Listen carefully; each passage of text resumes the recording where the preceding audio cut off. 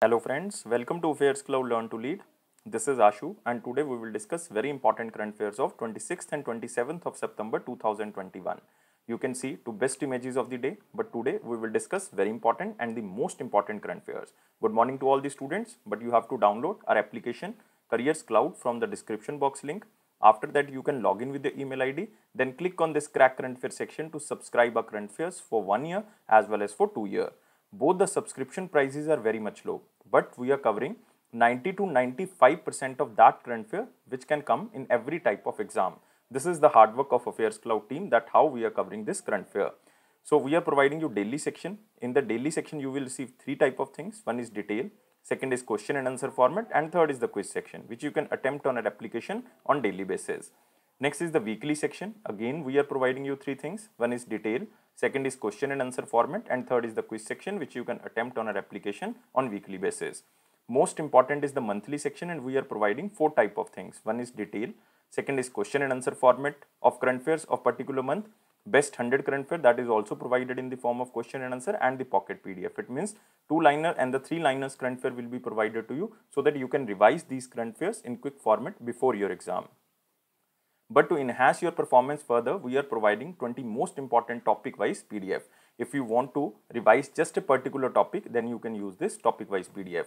If you are a banking student, then we are providing three things. One is detail, second is question and answer format, and third is the quiz section which you can attempt on our application on monthly basis. But all these three things only related to banking and economy. If you want to cover all the past current affair of 2021 just from single PDF, just for the revision, you can use this exam PDF. We are providing detail, economic survey and budget. We are also providing expected question and answer so that you can recall that examiner can make these type of questions from budget and economic survey. If you are appearing for your respective state exam, then we are also providing state current affairs, and we are covering every state and union territory. So all these things comes under only one subscription. You have to just download our application Careers Cloud from the description box link. You have to log in with the email ID, then click on this crack current affair section to subscribe our current affairs for 1 year as well as for 2 years. Both the subscription prices are very much low, but if you're a new student, you are just starting your preparation, I'm advising you to subscribe for 2 years, and there is very less difference of price between 1 year subscription and 2 year subscription. But on both subscriptions, we are providing 10% extra discount if you use this code ASH10. And if you have any query, you can email us on this email ID or you can call us on this number. So let's start today's current affair, that is 26th and 27th of September 2021. But I am requesting you all the students that you have to like this video, you have to share this video as maximum as possible, and you have to subscribe this channel if you are new on this platform. Even you can join a Telegram group from the description box so that you can receive the official notifications on time. So here is the first question in the most important section. Which state or union territory organized first edition of the Himalayan Film Festival? So you have to remember, this is the first time that first edition of the Himalayan Film Festival happened, and this is organized by one of the Himalayan state, but all the options are basically the Himalayan states, and answer of this question is Ladakh. So answer of this question is A. So Anurag Singh Thakur, who is currently the Union Minister of Ministry of Information and Broadcasting, inaugurated the first edition of the Himalayan Film Festival, which will be held between 24th of September to 28th of September. And it is organized by the Union Territory of Ladakh. And you can also see here, Ladakh hosts first Himalayan Film Festival. And it is a 5-day film festival. I already told you, from 24th to 28th of September at the Sindhu Sanskriti Kendra, which is located in Leh, Ladakh. And the film festival will screen movies from the 12 Himalayan states and the union territories. 12 Himalayan states and the union territories stand for like 8 northeastern states, like you can say M cube, A square, and T, S. M cube stands for Meghalaya, Mizoram, Manipur. A stands for Assam and Arunachal Pradesh. N stands for Nagaland. T is Tripura. S is Sikkim. So 8 are these states, and 4 are like J&K, Ladakh, and you can say Uttarakhand is there, and Himachal Pradesh. So these are the 12 Himalayan states and the union territory. So you have to remember this, and you can also remember who is currently the lieutenant or the lieutenant governor of Ladakh. It is Radhakrishan Mathur. Moving to next question. Who was recently named as the Mastercard Global Brand Ambassador? So we are covering this question in the most important section because we are talking about very important financial institution. It is Mastercard, and you can say number 1 player in the chess. Who is the number 1 player in the chess? All over 4 options. Answer of this question is Magnus Carlsen. So answer is D. So Carlson joins the company's all-star lineup of ambassadors, which includes Lionel Messi is there, Naomi Osaka is there, Dan Carter is there. So all these are the brand ambassadors of Mastercard. But now one new person added, it is Magnus Carlson. And Magnus Carlson belongs to which country? He belongs to Norway. He belongs to Norway. So you can see here the picture of Magnus Carlson announced, Mastercard announced Magnus Carlson global brand ambassador. And you can also see here Mastercard joins the Meltwater Champions Chess Tour as a official partner. So it means this championship, you can say chess tour of 2021, it is a 10-month long series of 10 online chess tournaments featuring the world top players playing for a prize money pool of almost $1.5 million. So you have to remember this Meltwater Champions Chess Tour will happen in 2021, and it is a 10-month long series of 10 online chess tournaments featuring the world top players playing for a prize money pool of almost rupees $1.5 million. So this is a Meltwater Champions Chess Tour, and Mastercard is officially partner of this chess tournament. And with this, Mastercard owners will be able to join Carlson for a live virtual event where he will speak about the passion for chess and take questions from the live audience. So this is the work of the Magnus Carlson under this agreement. And you can also remember about Magnus Carlson, very famous player in the chess, because he is the highest rated chess grandmaster in the history. He was the highest paid esports player in 2020 also. And he belongs to Norway, and he is Norwegian chess grandmaster who is current world chess champion, world rapid chess championship, and world blitz chess champion. So remember, this is you can say the most talented player in the chess history. So you can also remember the other players here, like you can remember about John Ibrahim. John Ibrahim, like he was recently appointed as the Indian brand ambassador of MotoGP.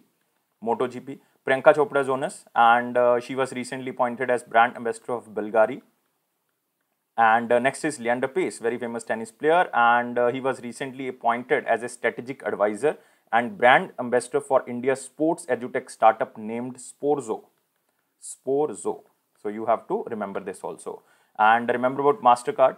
Mastercard was established in 1966. Its headquartered in United States of America, and CEO is Michael Maybach. So remember this. Moving to next section, it is our very important question section. You have to like this video, you have to share this video, and you have to subscribe this channel if you are new on this platform, and you can join a Telegram group from the description box link. Here is the question. Who was elected as the external auditor for the International Atomic Energy Agency? So the most important organization here is the International Atomic Energy Agency, and who was appointed as the external auditor from Indian side. And answer of this question, who is the CAG of India, Comptroller and Auditor General of India under Article 148 of the Constitution? Answer of this question is G.C. Murmu. So answer of this question is B. So India's Comptroller and Auditor General G.C. Murmu was elected as the external auditor of the International Atomic Energy Agency. And General Conference was there of International Atomic Energy Agency, and it was held in Vienna, Austria. And you can also remember his tenure as a external auditor is 6 years. It means from 2022 to 2027. And you can also remember that Murmu assumed office as the Comptroller and Auditor General in 2020. And prior to that, he served as the first Lieutenant Governor of the Union Territory of Jammu and Kashmir. Now it is Manoj Kumar Sinha, but remember the first Lieutenant Governor of Jammu and Kashmir was G.C. Murmu.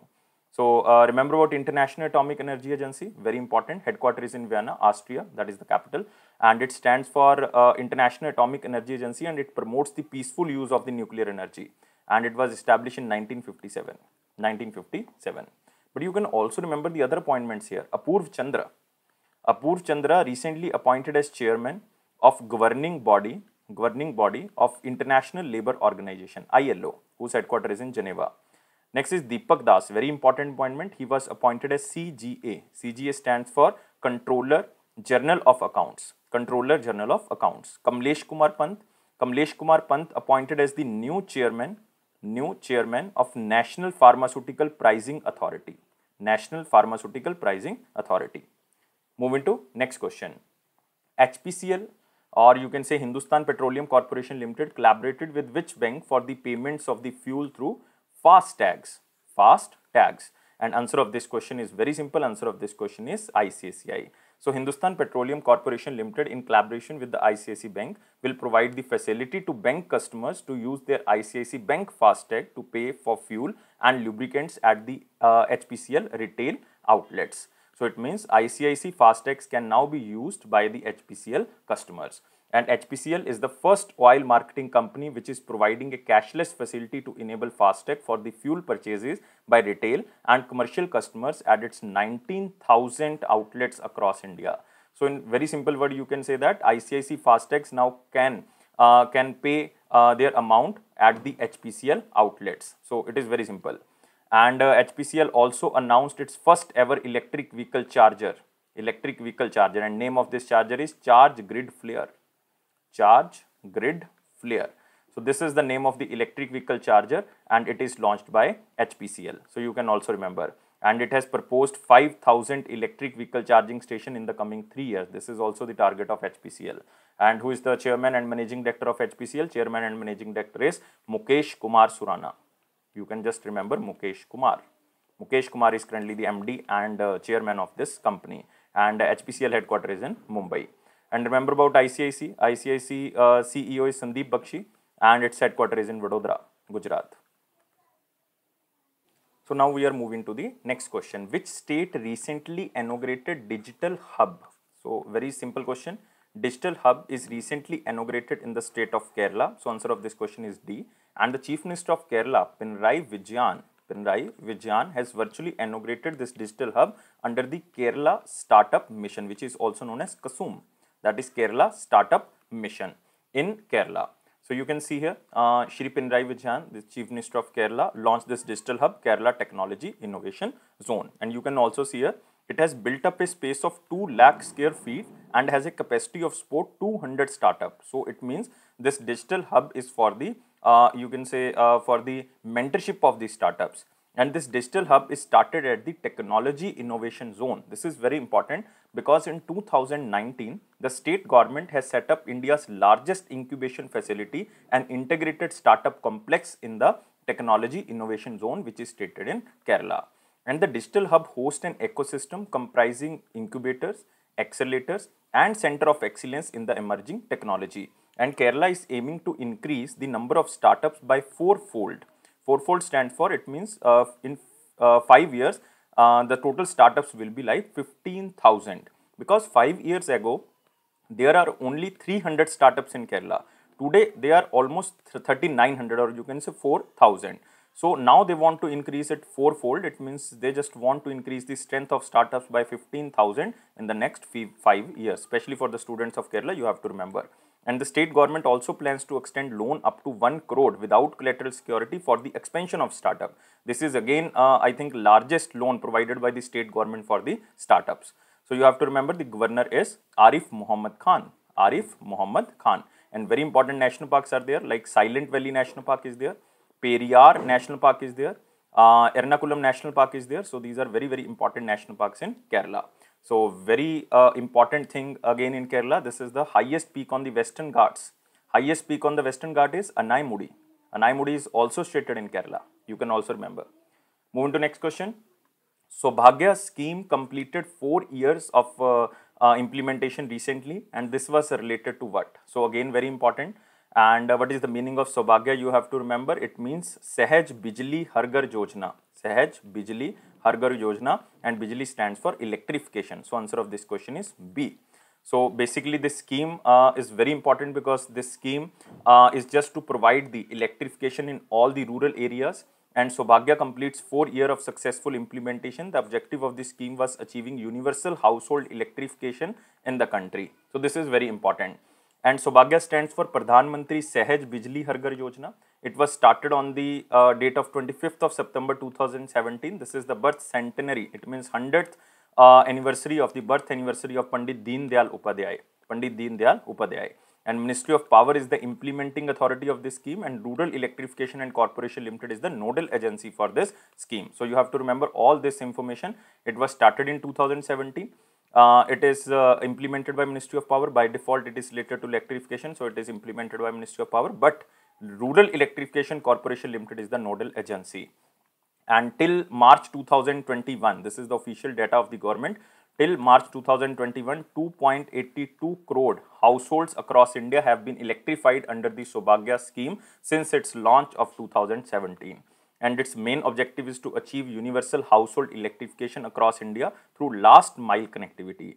And it is also to provide access to electricity to all unelectrified households in the rural areas and poorer households in the urban areas. So, who is the Union Minister of Power? Union Minister of Power is Raj Kumar Singh or R.K. Singh. And his constituency is Bihar. It means I am talking about Ara. Ara is very famous area. Moving to next question.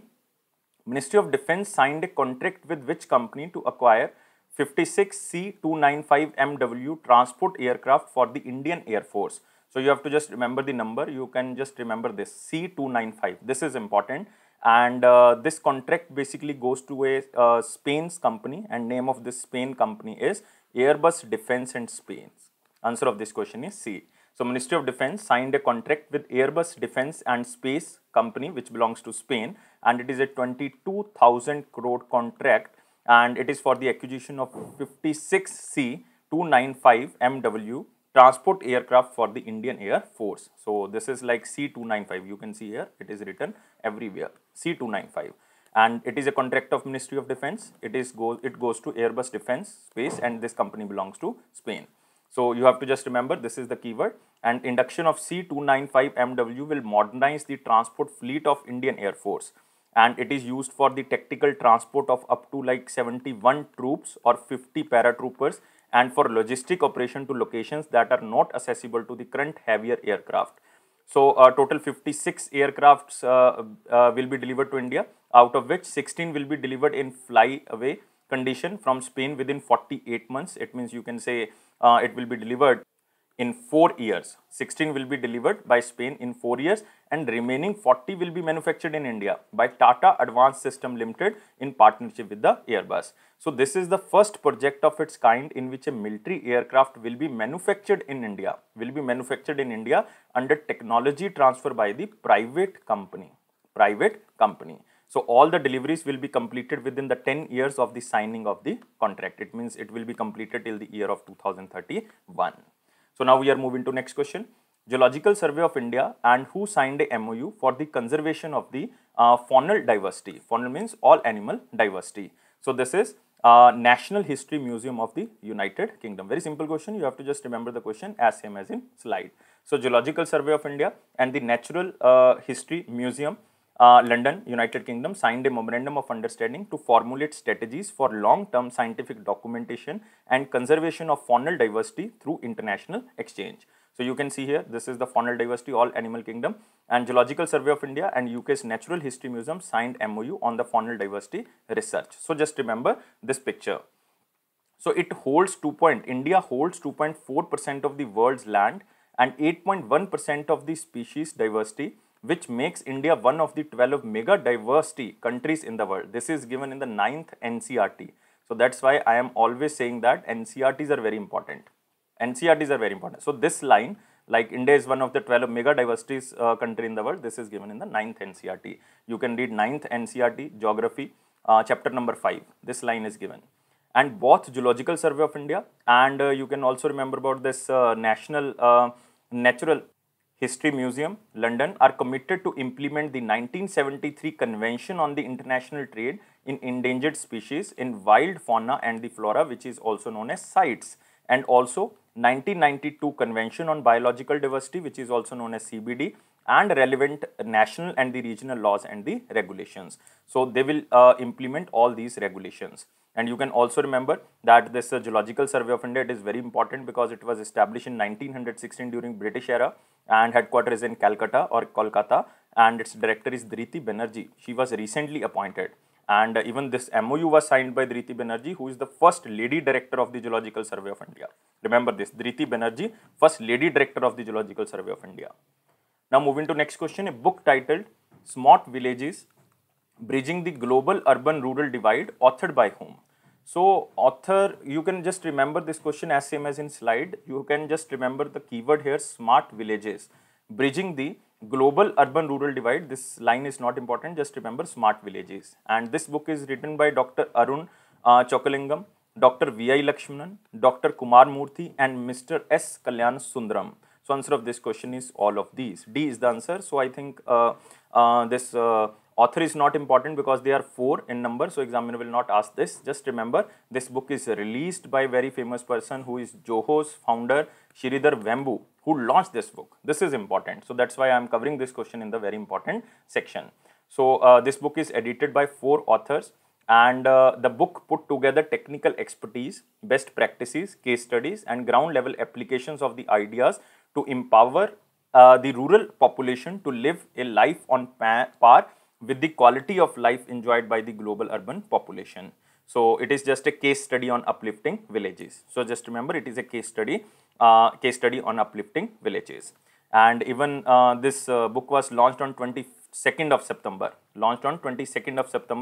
And coincidentally, it coincides with the Mahatma Gandhi, when Mahatma Gandhi made a decision to change the attire from Gujarati attire to the simple dhoti and shawl. So this is very interesting fact that on 22nd of September in 1921, Mahatma Gandhi made the decision to change his attire from Gujarati attire to simple dhoti and shawl. So it was the decision of Gandhiji on 22nd of September 1921 when non-cooperation movement was going on. So you can just remember. Moving to next, this is from picture that President of India present National Service Scheme Award for the year of 2019-20. So President of India Ramnath Kovind presented the National Service Scheme Awards for the year of 2019-20 from Rashtrapati Bhavan in a virtual ceremony. And it is to recognize the reward outstanding contribution towards the voluntary community service made by the universities, you can say, made by the colleges, made by councils, made by the senior secondary councils, NSS units, program officers and NSS volunteers. So you can also see here a total of 42 awardees in 3 different categories like university and +2 councils, NSS units and their program officer, and third category is NSS volunteers were conferred with the awards under the NSS award of 2019-20. You have to just remember this award, National Service Scheme Award. So these awards were conferred every year.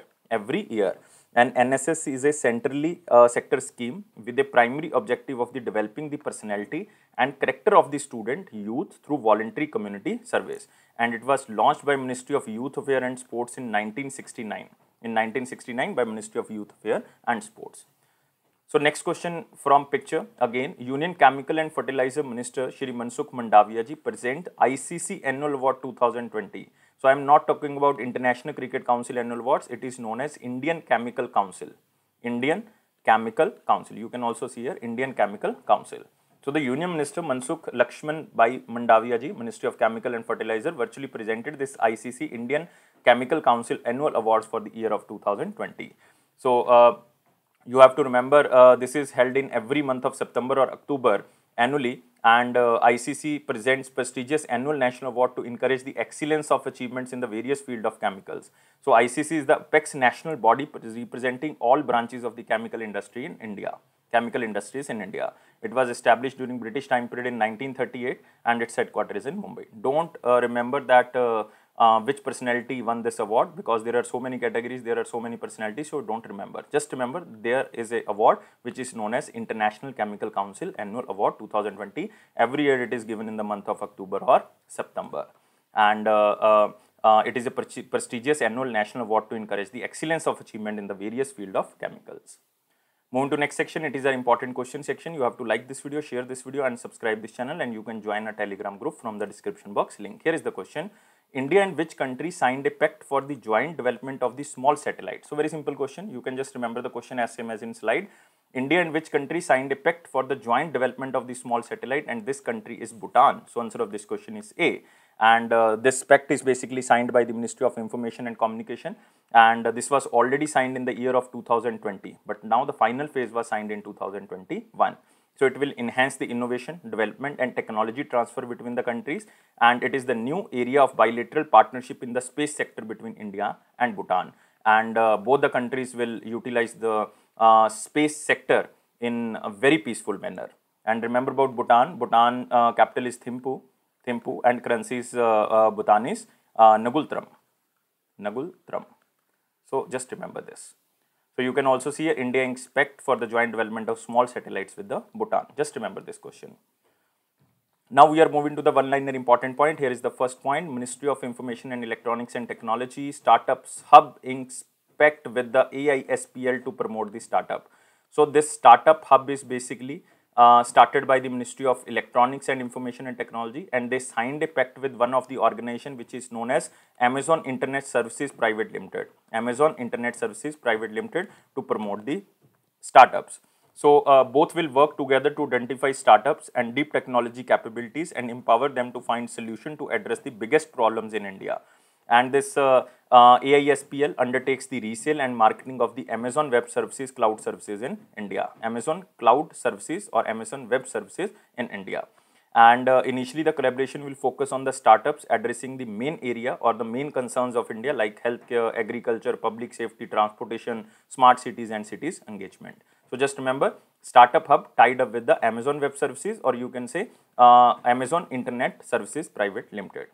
Next, World Meteorological Organization report. The report stands for Rising Carbon Dioxide Concentration Affects All the 17 SDGs. First of all, you have to remember SDG, Sustainable Development Goals. Time period is 2015 to 30. There is a goal number of 13. Goal number of 13 is climate action. So, World Meteorological Organization is saying that this carbon dioxide, rising carbon dioxide is not only affecting the goal number 13.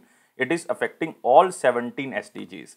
It is also called for the greater international collaboration for achieving the sustainable development goals and for limiting the global warming to less than 2 degrees Celsius or even 1.5 degrees Celsius by the end of this century. It means 2100. And in accordance with this report, there are 7 climate indicators impacting sustainable development goals. And carbon dioxide concentration, you can say temperature, ocean acidification, ocean heat content, sea ice extent, glacier mass balance and sea level rise. These are the basically 7 indicators which are impacting sustainable development goals. So remember about World Meteorological Organization.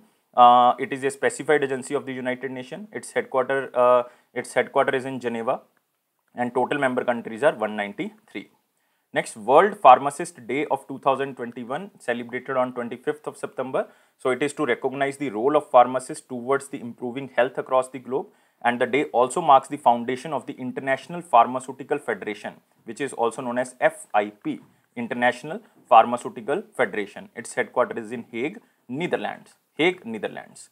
So what is the theme? You can also see here. This is World Pharmacist Day, 25th of September. Theme is Pharmacy, always trusted for your health. Pharmacy, always trusted for your health. So you can also see here. Next is UT of Ladakh organized first edition of the Himalayan Film Festival. We already covered. Annatodaya Divas celebrated on 25th of September. So every year it is celebrated to the birth anniversary, to celebrate the birth anniversary of Pandit Deen Dayal Upadhyay, former leader of the political party of Bharatiya Janasangh, the forerunner of the Bharatiya Janata Party. And 25th of September marks the 105th anniversary of the Pandit Deen Dayal Upadhyay ji. And the word Annatodaya means the rise of the last person, one of the concept promoted by the Pandit Deen Dayal Upadhyay. That's why this day is known as the Annatodaya Divas. So just remember. Next, RBI issued master direction on the securitization of the standard asset transfer of the loan exposure. Don't remember, there are so many guidelines. Just remember RBI issued these guidelines. So moving to the question of the day, what was the question of 25th of September 2021? Question was very simple.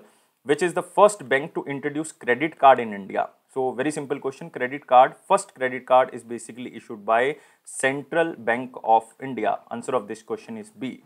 Just remember these things which are first in India. So Central Bank of India started this credit card. And even you can also remember that this credit card was basically started in the year of 1980-81. Basically it was started in 1980, but it was issued in 1981. So now we are moving to the question of the day. Question of the day is, which bank started the first RRB named Prathama Gramin Bank? This is the first Gramin Bank, and you have to just give me answer only in the comment box. I am waiting your answer. And please like this video, share this video and subscribe this channel. And you can press this bell button and join a Telegram channel for the official notifications. And it is AffairsCloud promise that it will boost your confidence in the general awareness section, definitely. And guys, don't take life so much serious. Life is fun. Always be happy like this smiley. Thank you guys. Take care and bye-bye.